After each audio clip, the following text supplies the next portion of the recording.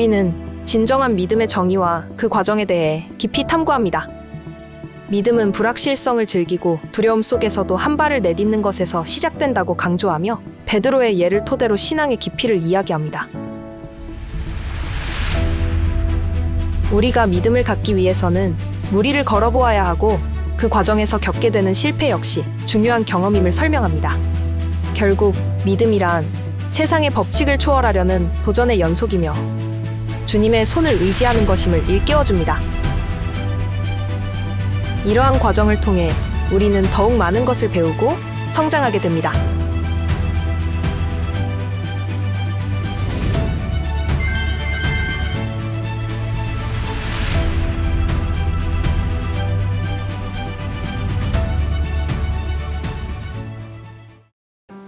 믿음의 동의어가 뭘까요?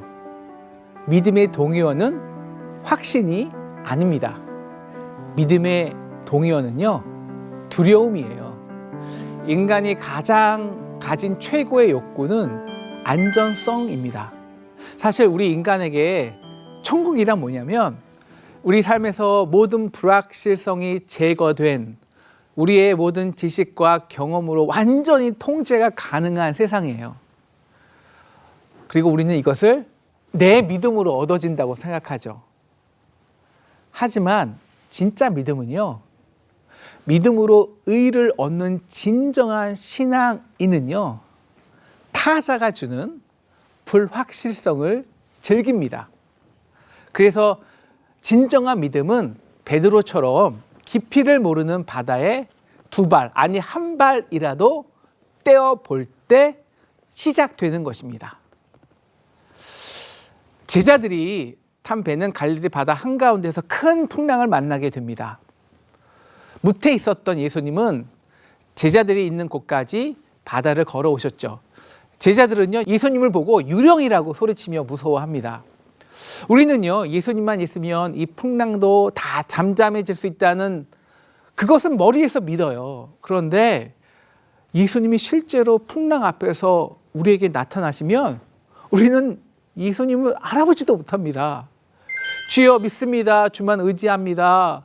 이렇게 입술로 고백은 하는데 내 삶에서 실제적인 고난과 풍랑 앞에 우리는 그 예수를 의지하기커녕 그분의 존재조차 기대하지 않는다는 것입니다. 그냥 내 힘으로 해결해 보려 하죠. 그런데 그 모든 제자들 중에서 조금 다른 사람이 있었습니다. 바로 베드로죠. 갑자기 예수님께 이렇게 말해요. 당신이 만약 주님이시면 저에게 배에서 나와서 예수님 같이 물 위를 올라가게 하소서. 물 위를 걷게 하소서. 정말 베드로는 그 바다 위를 걸어 보려고 했던 것일까요? 베드로는 평생을 배에서 산 사람입니다. 8시간, 10시간 온 힘을 다해 풍랑과 싸웠는데 단 10m도 나아갈 수 없었습니다. 이제 남은 것은 죽음뿐이었어요. 그런데 예수님은 단 몇 분에 그 바닷길을 유유히 걸어오시는 것입니다. 바람과 중력을 초월하셨습니다. 베드로는 그 예수를 보고 큰 충격을 받아요. 자, 저 예수님은 도대체 누구시길래 바다와 바람마저 잠재우시는가?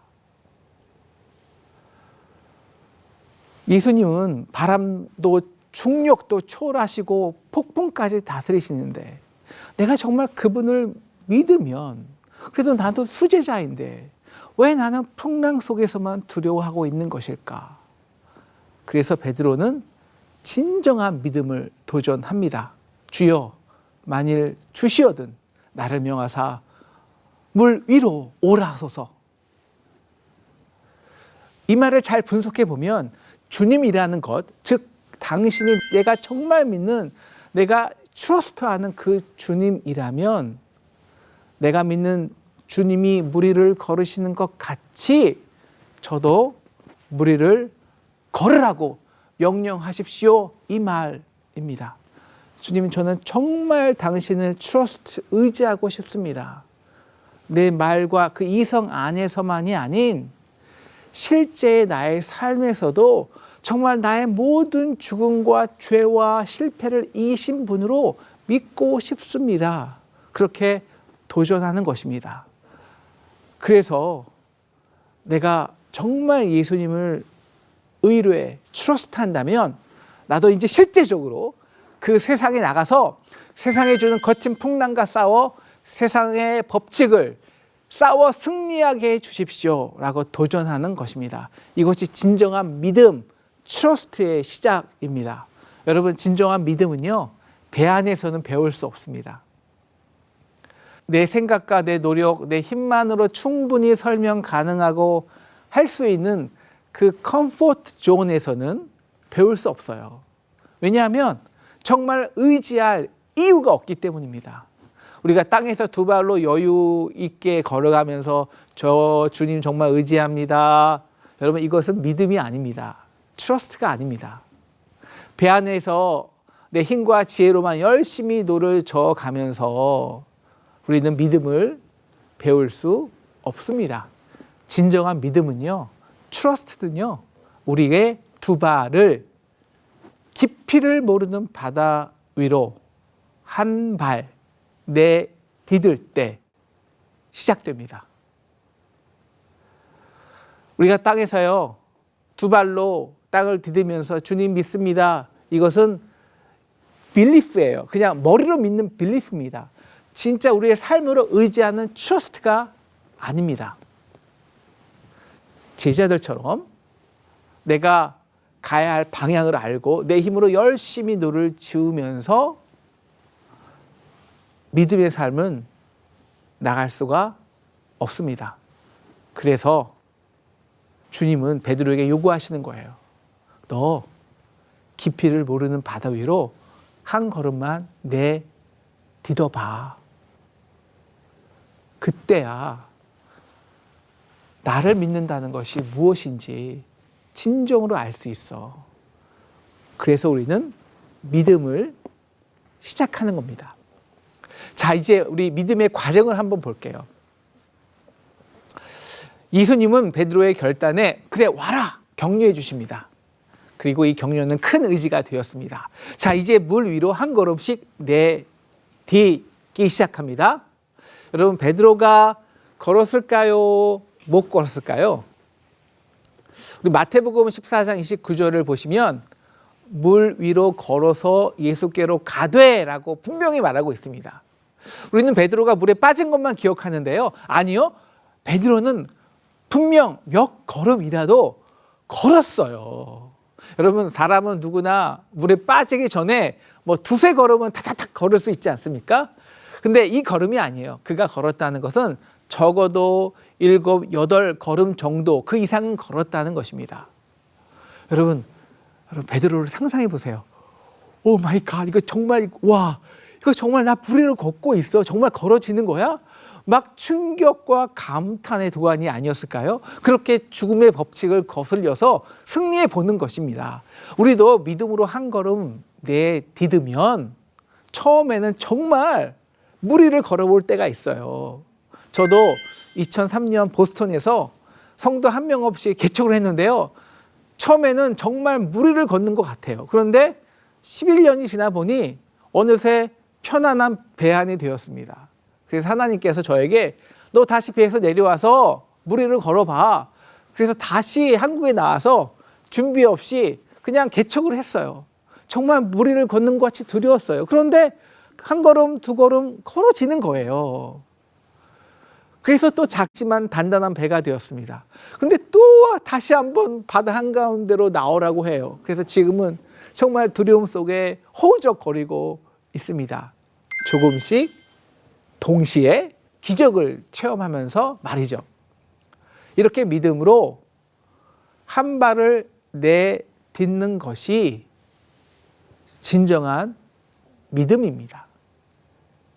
근데 처음에는 걸을 수 있어요. 언제까지요? 바로 거대한 폭풍이 우리에게 몰려오기 전까지요. 그 폭풍은, 그 파도는 바다 바다를 삼키고도 남을 만한 높이입니다. 그 순간 베드로는 다시 이성이라는 그 경계 안에서 빌립, 이성적인 믿음이 작동해요. 지금 내가 뭐 하고 있는 거야? 나 지금 바다 위를 걷고 있는 거야? 맙소사. 내가 지금 무슨 일을 벌이고 있는 거야? 나 이거 분명히 빠질 수밖에 없는 거잖아. 주님 살려주세요. 우리도 이렇게 물 위를 걷다가 우리 한계를 초월하는 세상의 파도가 몰려오면 다시 급히 인간적인 믿음, 지성적인 믿음으로 급선회합니다. 믿음으로 한 걸음 걷기 시작한 것이 후회가 돼요. 그냥 다시 안정적인 배로 돌아가고 싶어요. 그렇다고 돌아갈 수도 없어요. 왜냐하면 돌아갈래도 바다 위를 다시 걸어야 하기 때문입니다. 그렇다고 우리의 그 인간적인 믿음으로 도저히 그 파도를 이겨내면서 예수님께 계속 갈 자신도 없습니다. 그렇게 허우적거리다가 결국 실패하죠. 결국 물에 빠집니다. 이것이 믿음이라는 과정이에요. 이 과정에서 우리는 두 가지 실존의 세계를 경험합니다. 여러분, 베드로가 물 위를 걸었는데요. 그게 거짓입니까? 사실입니까? 여러분, 실제적 사실이에요. 좀 걸었잖아요. 그런데 동시에 베드로가 물에 빠지는 것이 잘못된 것일까요? 아니요, 당연한 거예요. 여러분, 우리가 20일 금식하고 바다를 걸어보세요. 빠질까요? 예, 100% 빠집니다. 현실의 세계도 100% 사실의 실존의 세계예요. 사람들은 물에 빠집니다. 절대 걸을 수 없습니다. 그럼 좀 헷갈리죠. 뭐가 진짜예요? 뭐가 진실이에요? 바로 이 헷갈리는 것이 진실이에요. 우리는 이 믿음의 과정 속에는 반드시 두 세계가 공존해 있어요. 믿음의 세계, 진짜 기적을 경험해요. 그런데 현실의 세계, 진짜 빠져요. 어떨 때는 정말 예수를 잘 믿는 것 같기도 하다가 어떨 때는 세상에서 두려워하다가 실패합니다. 분명히 세상을 이기셨다고 했는데, 그래서 도전했는데 승리도 한 것 같은데 어느새 또 똑같아요. 실패해요. 그럼 제가 물어보겠습니다. 베드로의 실패가 정말 실패일까요? 네, 실패예요. 좌절입니다. 그런데요, 이 베드로의 실패는요, 실패가 아닙니다. 왜일까요?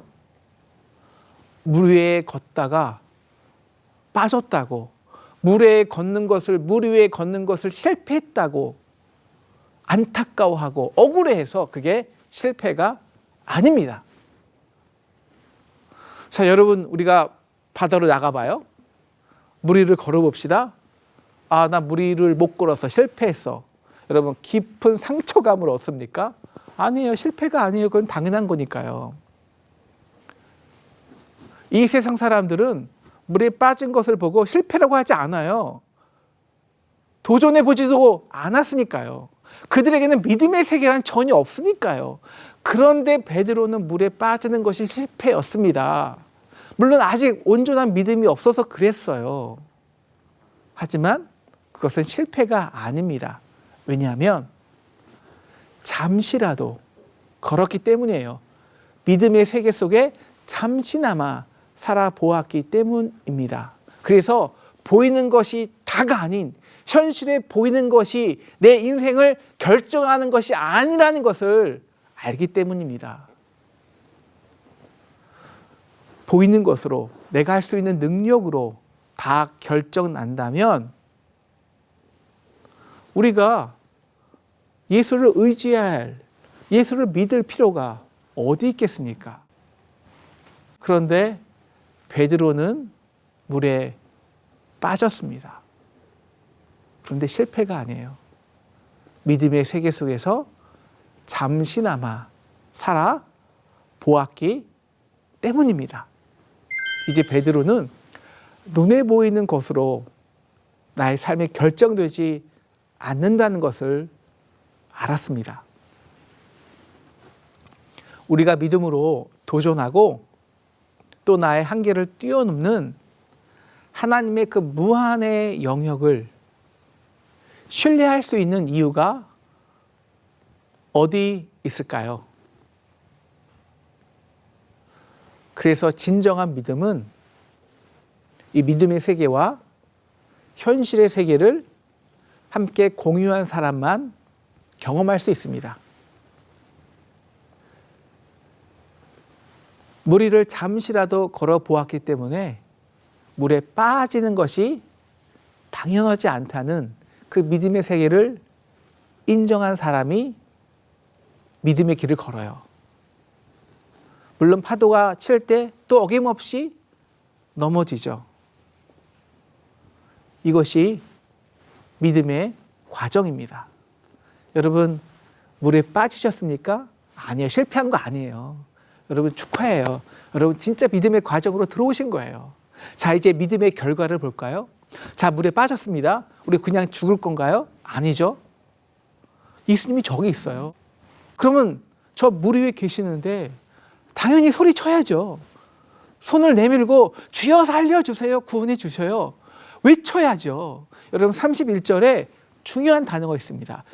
즉시 주님이 주님 정말 내가 당신을 의지합니다. 손을 내밀면 바로 그 즉시 주님은 우리의 손을 구원해 주세요. 빠져가는 나를 잡고 물속에서 일으켜 세우시고 그 물 위에 나를 세우십니다. 다시 한번 오 마이 갓이에요. 지금 다시 물 위에 서 있는 것입니다. 근데 그냥 서 있는 게 아니에요. 그분과 함께 서 있습니다. 이 물속에서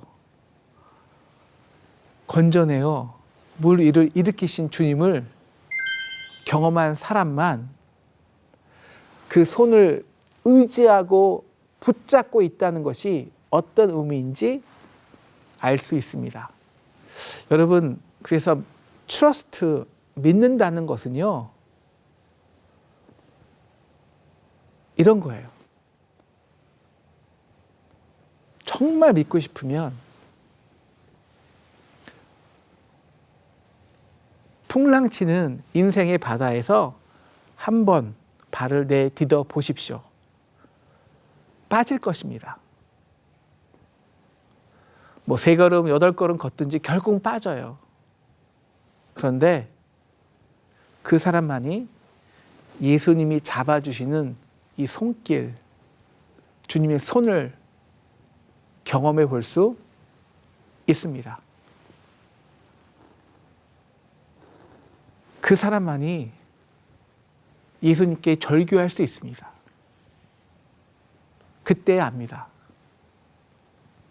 나를 잡고 일어섰을 때 예수님이 손의 의미를, 내가 의지하고 있다는 그 손의 능력을 우리는 경험할 수 있어요. 자, 오늘 말씀의 중요한 것은 32절인데요. 배에 함께 오름에. 여러분, 베드로가 그 배까지 어떻게 주님과 함께 갔을까요? 수영 쳤을까요? 날아갔을까요? 아니죠. 주님과 함께 걸어갔겠죠. 손잡고 걸어갔겠죠. 맨 처음엔 너무나도 두려운 길을 예수님과 함께 손잡고 걸어가고 있는 겁니다. 두려울까요? 안 두려울까요? 물론 아직도 두려워요. 그런데 내 손에 예수 그리스도의 손이 있습니다. 그게 다른 거예요. 나를 물속으로부터 건지시고 물 위에 세운 그 손이 나와 함께 있는데 함께 걷지 못하겠습니까?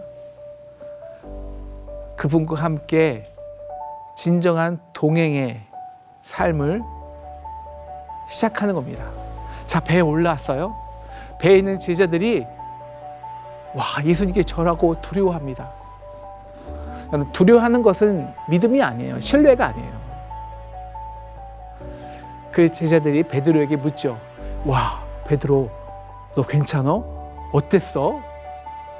베드로가 대답하죠. 너 정말 알고 싶어? 그러면 너도 이 배 밖으로 나가서 깊이를 모르는 바다에 너의 두 발을 한번 내디뎌봐. 그러면 예수님을 믿는다는 것이, 그 손을 의지한다는 것이 어떤 의미인지 제대로 알 수 있을 거야. 실제로 베드로는 물 위를 걸어봅니다.